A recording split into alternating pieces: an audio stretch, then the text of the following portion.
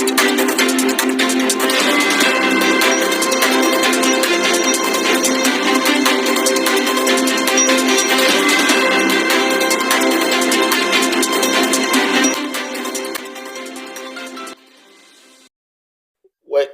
to Placid News TV.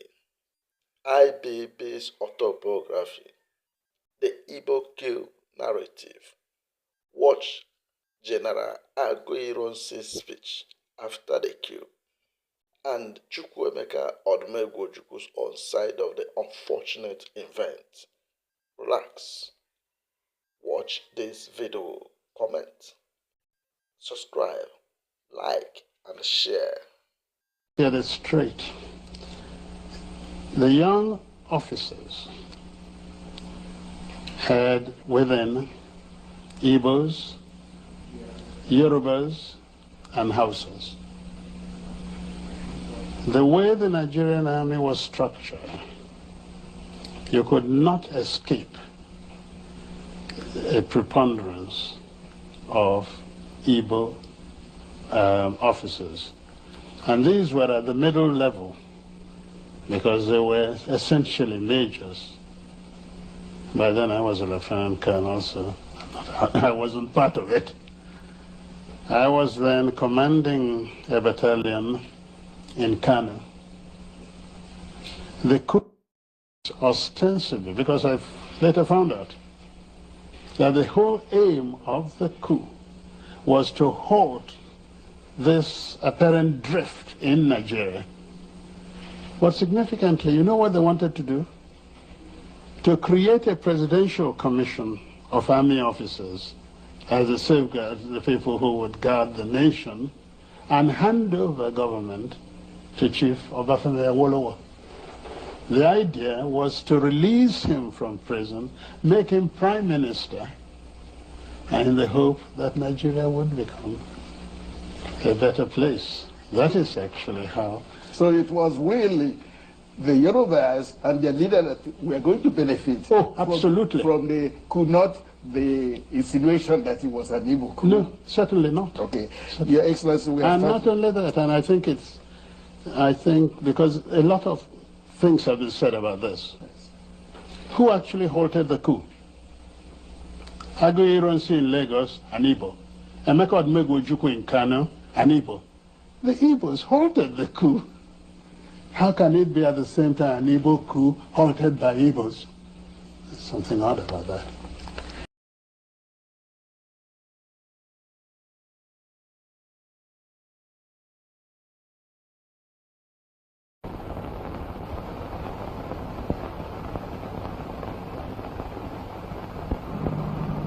In the region, there will be military government under a military governor, assisted by an advisor who is the last person to hold the office of the regional governor.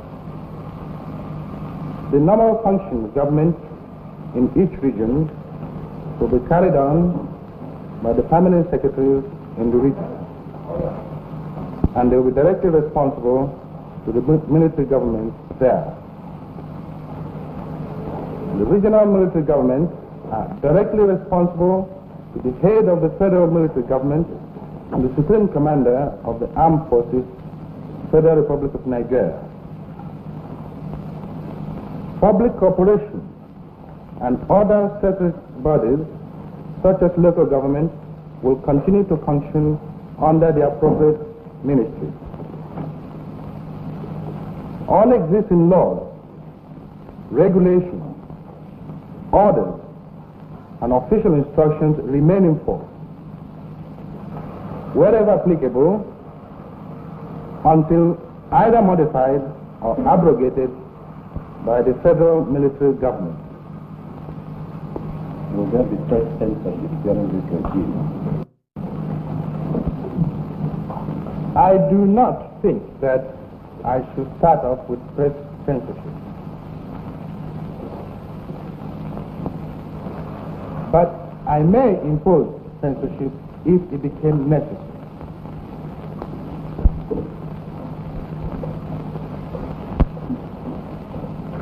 My main concern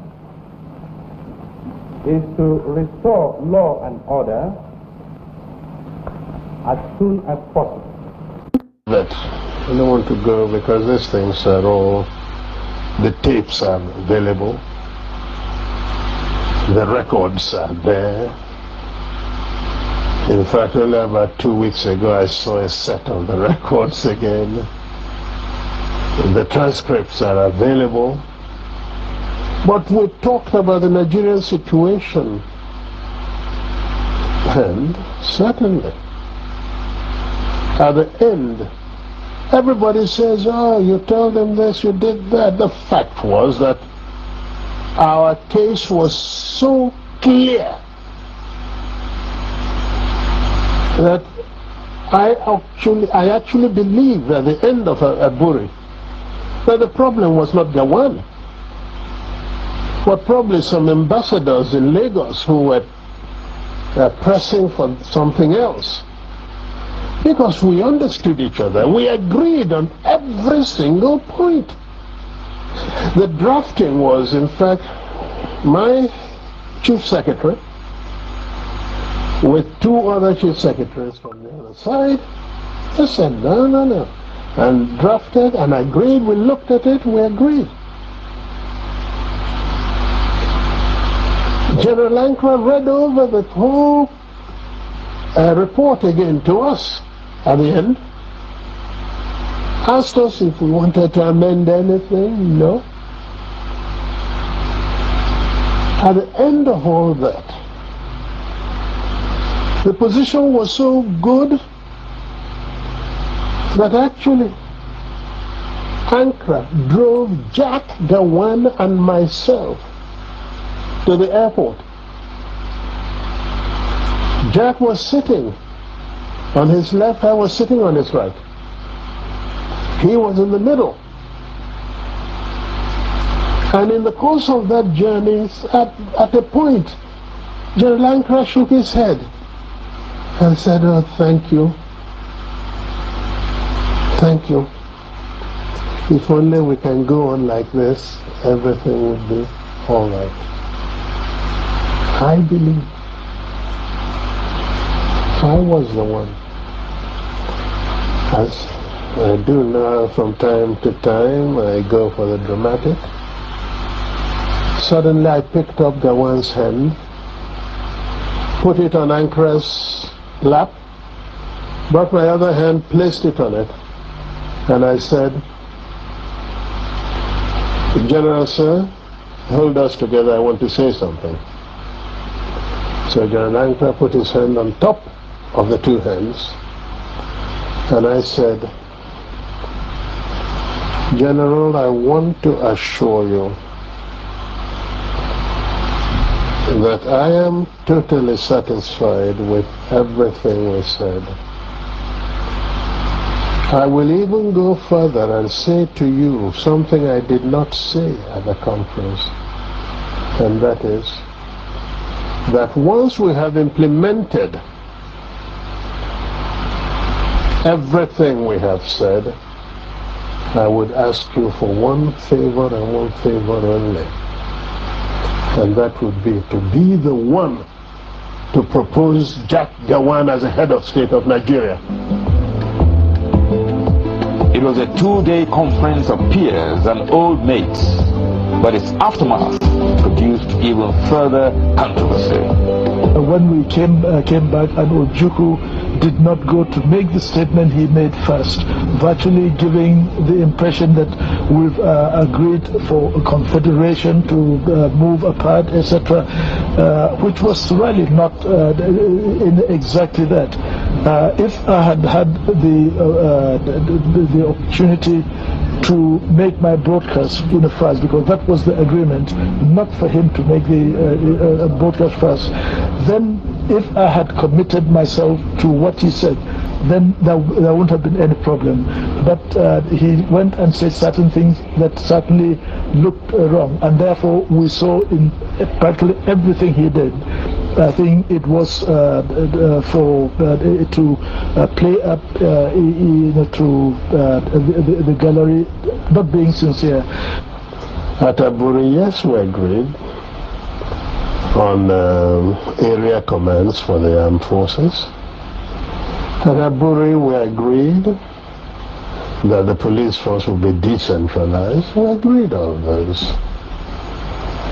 Yes. We agreed, even to show that we didn't separate, at ABURI we also agreed on a certain revenue formula. That's what happened at ABURI. ABURI again, because I always end up, this sounds odd today, but I always end up by saying I must have been naive, because I believed actually that would be the end. I'll confess to you, when I got back to Enugu, oh yes, I had a party, believing that probably the danger was over. That's what we thought. Until they then began to deny everything. It was the denial of Nigeria that made me publish the tapes of ABURI, because we had insisted that each one should have a set of tapes. Everybody talks about confederation. Go and look at the transcript. There is no time that the word confederation came from my lips.